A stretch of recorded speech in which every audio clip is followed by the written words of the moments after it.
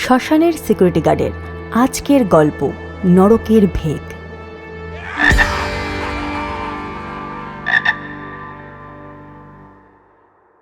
এই ঘটনার সমস্ত চরিত্র, স্থান, কাল সবটাই কাল্পনিক।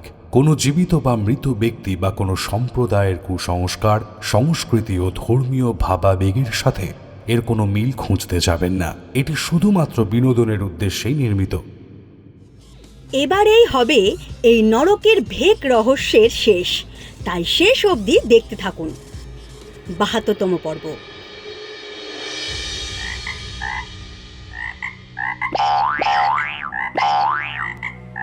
মহারাজ, যুবরাজ ভেকালকে পেলাম না, উনি কাউকে বলে যায়নি। ভেকাল কোথায়? ও তো আমাকে না বলে কোথাও যায় না। ঠিক আছে, তুমি যাও, ও নিজেই হয়তো চলে আসবে আবার।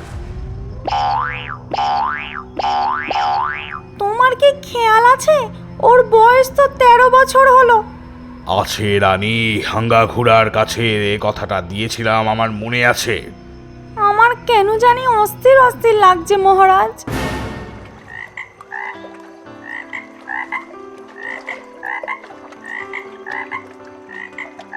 রোজি, এই একঘেয়ে ব্যাঙের জীবন আর ভালো লাগে না।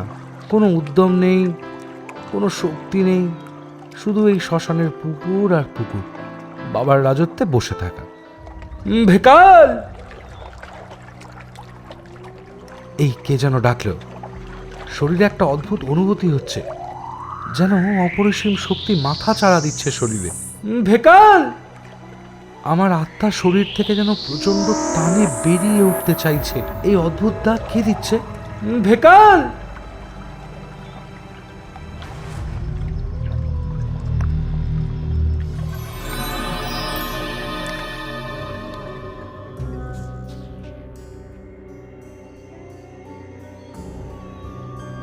তারপর ব্যাং রাজার ১৩ বয়সী ছেলে আর ফিরল না।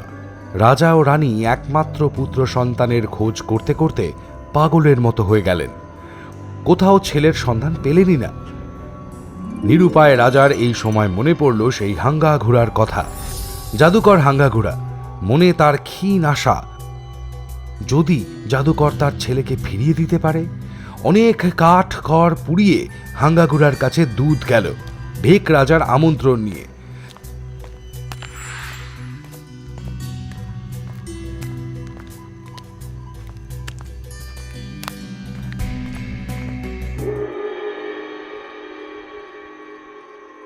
হাঙ্গাগুড়া সে তো এটাই চেয়েছিল।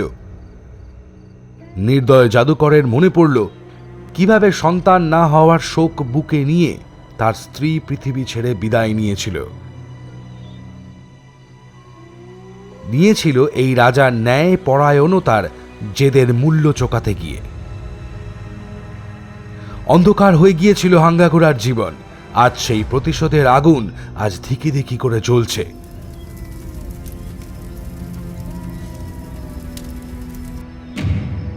দুধকে না করে দিল হাঙ্গাঘোড়া। তাকে জানিয়ে দিল তার প্রতিশোধের কথা, জানালো আরো এক ভয়ঙ্কর কথা। দুধ, রাজাকে জানিয়ে দিও তার দুষ্কর্মের ফল ভুগতে হবে তার সন্তানকে, তার রাজ্যবাসীকে। বলে দিও শর্ত অনুযায়ী রাজা ভেক আমার কাছে বিক্রি করেছে তার সন্তানের আত্মা, আর সেই আত্মা এখন শয়তান ভেকালের প্রতিবিম্ব। ভেকাল যাকে সে গ্রাস করবে, তার আত্মা হয়ে যাবে শয়তান ভেকালের হস্তগত। তৈরি হবে আর একটা ভেকাল। এইভাবে শয়তান ভেকাল তৈরি করবে শয়তানি দুনিয়া। আমার নিরপরাধ স্ত্রীর মৃত্যু, আমার অনাগত সন্তানের শেষ হয়ে যাওয়ার কষ্ট আমি ভুলব রাজা ভেকের সর্বনাশে। আমার পোষার খারখার হলো ভেকালের প্রথম প্রতিবিম্ব, প্রায় ৬৬ মিলিয়ন বছর আগে লুপ্ত হয়ে যাওয়া ব্লিচ বুফো বা নরকের ব্যাঙের রক্তের বীজ থেকে তৈরি। আর এই বিশাল দৈত্য ব্যাঙের রক্ত থেকে যে মন্ত্রপুত দুধ, সেটাই আমি খাইয়েছি রাজা রানীকে। সেই বিষ অব্যর্থ হয়ে তাদের ছেলের জীবনে দেখা দিয়েছে। ফিরে যাও দুধ, আমার অভীষ্ট সিদ্ধ হয়েছে। রাজা এবার দেখবে অত্যাচারের ফল কি হয়। মহারাজ, তার মানে এই রাক্ষস সেই ডায়নাসরের সময়ের? ও, তার মানে একটা প্রাগৈতিহাসিক জীব আছে। সেটা আমি আগেই বুঝতে পেরেছিলাম, তোমাদের হয়তো মনে আছে আমি তোমাদের এখানে রেখে কিছুক্ষণের জন্য সরে গিয়েছিলাম। এখন বলি, আমি ভূতশাস্ত্র ঘেঁটে দেখছিলাম, সেখানেই পাই এই দৈত্য ভেকের পরিচয়। ৬৬ বা ৬৭ মিলিয়ন বছর আগের এই ভয়ঙ্কর দানব, নাম ব্রিজ বুফো বা নরকের ভেক। পৃথিবীর থেকে এরা বহু আগে মুছে গিয়েছে। ও তাহলে এই দানবটা এলো কি করে মহারাজ? সেই বিলুপ্ত হয়ে যাওয়া জীবের কোনো স্পিসিস আফ্রিকার ওই গহীন জঙ্গলে হয়তো তখনও বেঁচে ছিল। সে জীবের রক্ত থেকেই জাদুকর তৈরি করলো তার প্রথম পিচাস শক্তি খারখারকে। তাহলে কি হবে মহারাজ? এই ভয়ঙ্কর দানবকে ধ্বংস করার কি কোনো উপায় নেই? উতলা হবেন না, পুরো কাহিনীটা শুনুন, তারপর সিদ্ধান্তে আসবেন। দূত বেরিয়ে এলো ভেকালের গুহা থেকে। কাদা পথে জঙ্গলের মধ্যে দিয়ে সে এগোতে লাগলো নদীর তীরে ভেড়ানো তার বজ্রাটার দিকে।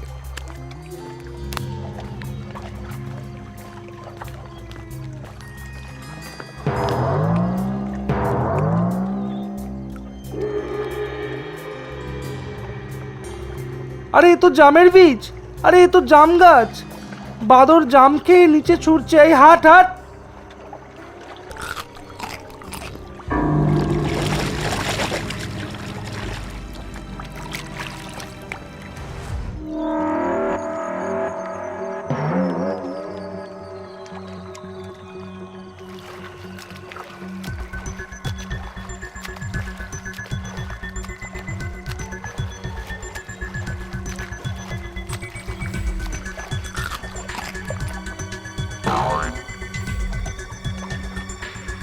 না না, আমাকে মেনো না।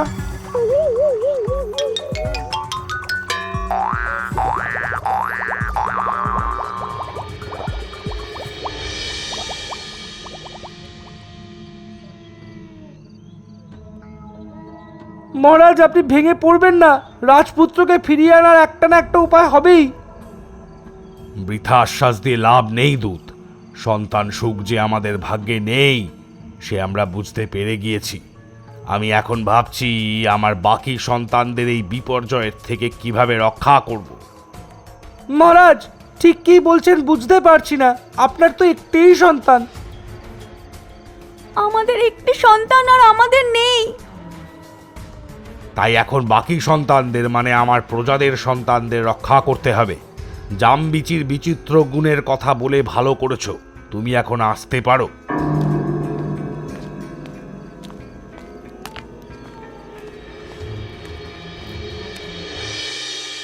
রাজ্যে এক ভয়ানক শয়তানের আবির্ভাব হয়েছে।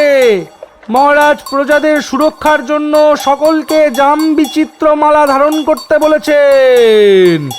সকলে নিজেদের সুরক্ষিত করতে জাম বিচির মালা ধারণ করুন। সঙ্গে অন্তত একটা জাম বিচির মালা রাখতে পারতেন। ছেলের সাথে সাক্ষাৎ হবে, তাতে পিতার কোনো রক্ষা কবচ দরকার হয় নাকি? কিন্তু রাজামশাই, চিন্তা করো না, জাম বিচিত্র মালা কোনো স্থায়ী সমাধান নয়। একমাত্র আমাদের আত্মবলিদানেই শেষ হবে এই অভিশাপ। কারণ তাতে হাঙ্গা ঘোড়ার প্রতিশোধ স্পৃহা শান্ত হবে। সে নিশ্চয়ই ফিরিয়ে নেবে এই ভয়ঙ্কর কালো ছায়াকে। আপনি এভাবে আত্ম আহুতির পথে যাবেন না মহারাজ। এসব কথা ভেবো না মন্ত্রী, তুমি যাও। আর এই নাও মন্ত্রী ভোগ্যুল, তুমি সম্পর্কে আমার ভাই। তোমার কাছে এই জাম বিচির মালাটা রাখলাম। আজকের পর আমরা যদি না থাকি, এই মালা তুমি রেখে দিও। যুগে যুগে এই মালা ওই আতঙ্কের দিনগুলোর কথা স্মরণ করিয়ে দেবে। তুমি এসো, আমাদের এখন অপেক্ষা করতে হবে।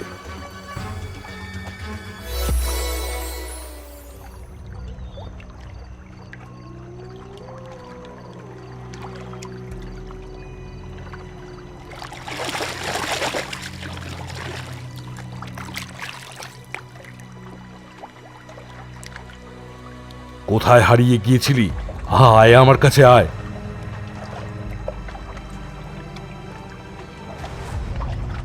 আয় বাবা, নিজের মতো হয়ে যাই, আয়। তোর এই রূপ দেখতে চাই না।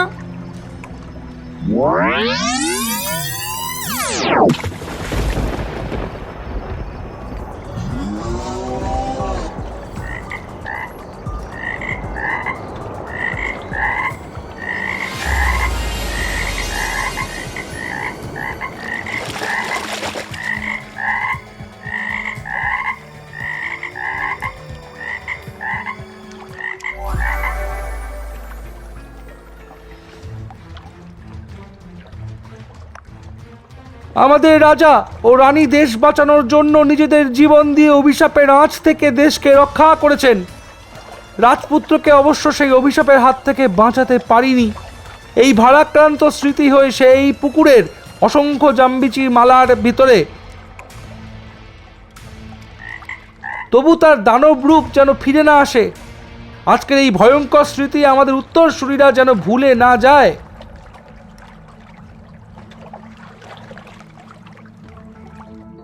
আজ বহু যুগ বাদে সেই অভিশাপ, সেই দানব ব্যাঙ ফেরত এসেছে এবং এইখানেই প্রশ্ন কি করে এলো। আমার মনে হয় মেছো ক্যাংলা এর উত্তর দিতে পারবে।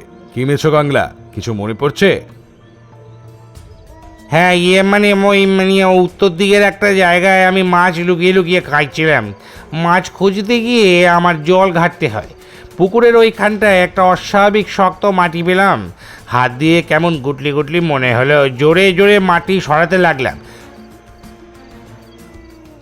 জায়গাটা খুলে গেল। এক গাদা মাছ লাফিয়ে আমার হাতে চলে এলো। কিন্তু তখনই ওখান থেকে একটা ভয়ঙ্কর আওয়াজ শুনতে পেলাম, যেন বিরাট কোনো জন্তু ভয়ঙ্কর আক্রোশে চিৎকার করছে। আমি পালিয়ে এসেছি। তোমার মাছ হ্যাংলামির খেসারত আমাদের সকলকে দিতে হচ্ছে। আর তোমার চেহারাই আবার জেগে ওঠা অভিশপ্ত রাজপুত্রের চোখে প্রথম ধরা পড়ায় সে প্রথমে তোমারই রূপ ধরে শিকারে নামে।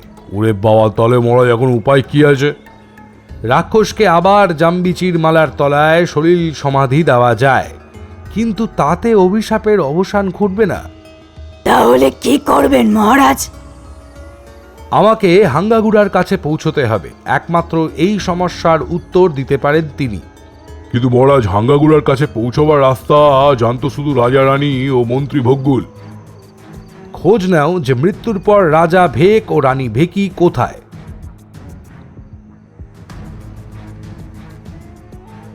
আমি এক্ষুনি খোঁজ নিচ্ছি মহারাজ। তারপর হবে মিশন হাঙ্গাগুড়া।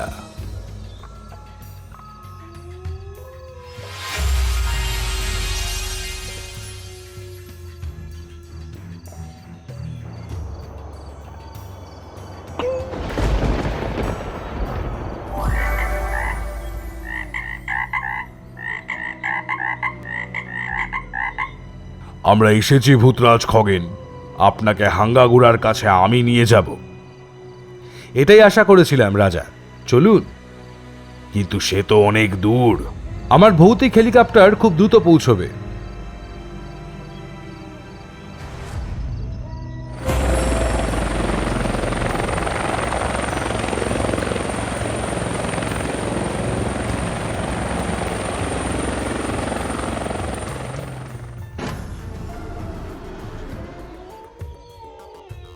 কতদিন বাদে এইখানে এলাম।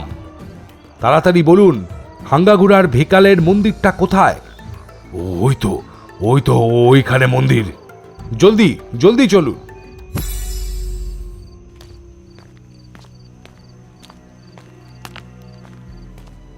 হাঙ্গাগুড়া। কে কে এক যুগ বাদে কার ডাক শুনি? এদিকে দেখো হাঙ্গাগুড়া, আমি সেই ভেক রাজা। ভাগ্য হতো তুমি কি আমায় ক্ষমা করতে পেরেছ? কে তুমি রাজন? তুমি ভেক রাজা আবার এসেছো কেন? কেন আমি তোমাকে ক্ষমা করব না? তোমার সন্তানকে আমি শয়তান ভেকালের রূপ দিয়েছি। হাঙ্গাগুড়া, কি হবে এই প্রতিশোধে? তোমার মনের জ্বালা তো রাজা ভেক ও রানী ভেকির মৃত্যুর সাথেই শান্ত হয়ে গেছে। তাহলে তাকে অনর্থক জ্বালিয়ে রাখার মানে কি? না না না, আমার স্ত্রীর মৃত্যু, আমার অনাগত সন্তানের মৃত্যু, এই সবের জন্য দায়ী এই ভেক। তাই তো ওর সন্তানকে শয়তান বানিয়েছি। তোমার রাগ ছিল রাজার বিরুদ্ধে, তা তো শান্ত হয়ে গিয়েছে। এখন তোমার রাগের শিকার হয়ে চলেছে সাধারণ অজ্ঞ মানুষ ও ভূতেরা, যাদের সাথে তোমার কোনো ঝগড়াই নেই। তাদের কি দোষ? তারা কেন এই প্রতিশোধের নিরীহ শিকার হবে? একবার ভেবে দেখো হাঙ্গাগুড়া। আমি কি ভুল করেছি হে ভেকাল? বলে দাও ভেকাল, বলে দাও, তুমি কে? আমাকে জ্ঞান দিচ্ছ কেন? আমি ভূতদের মহারাজ খগেন। আচ্ছা হাঙ্গাগুড়া, যে রাজপুত্রকে তুমি অভিশপ্ত করে রেখেছ সে তো তোমার ছেলেরই বয়সী। পারতে নিজের ছেলের সাথে এরকম করতে? না না, আর বলো না। দেখো হাঙ্গাগুড়া, তোমায় কিছু করতে হবে না, শুধু বলো এই অভিশাপ মুক্তির উপায়। বলো হাঙ্গাগুড়া, বলো। অনেক জীবন তোমার উপর নির্ভর করে আছে। জামবিচি খাইয়ে দাও রাজপুত্রকে, যাও। ধন্যবাদ, চলুন রাজা।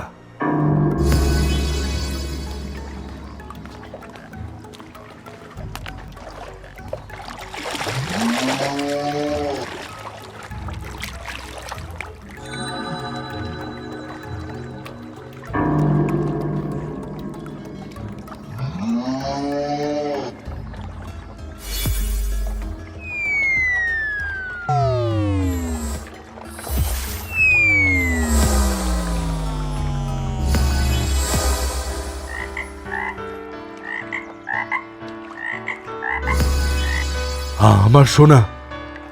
বাবা, শেষ পর্যন্ত মহারাজের বুদ্ধিতে বিপদ কাটলো। যাই হোক মেছো গংলা, বেশি মাছ মাছ করো না, না হলে এবার মাছ দৈত্যের আবির্ভাব হবে।